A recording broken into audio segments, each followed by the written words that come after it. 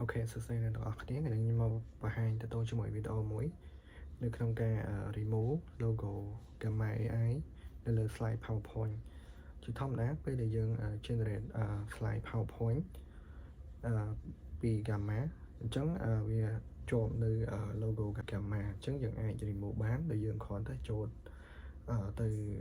app Canva អញ្ចឹងនឹងឲ្យជាដំបូងឡើយយើងតះបើក file យើងមកអញ្ចឹង file ដែល generate ពី Gamma គឺមានជាប់ logo Make with Gamma អញ្ចឹងយើងអាចចូលទៅ browser មកយើង search ពាក្យថា canva.com អញ្ចឹងយើងអាចចូលទៅ website របស់ Canva ហើយ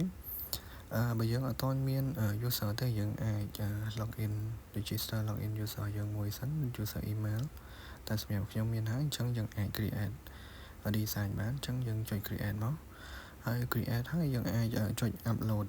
នៅ file ដែលយើង generate ពី Gamma ហ្នឹងអញ្ចឹងយើង upload file ហ្នឹងបញ្ចូលមក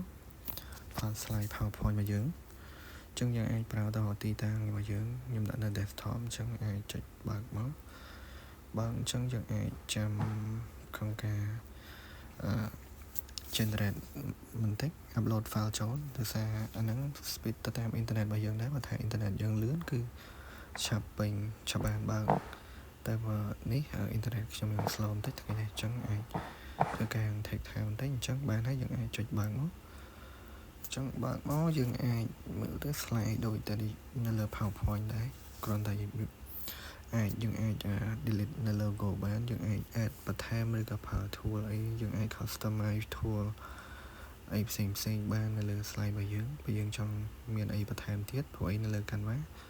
មាន tool មាន image មាន sticker អីស្អាតជាច្រើន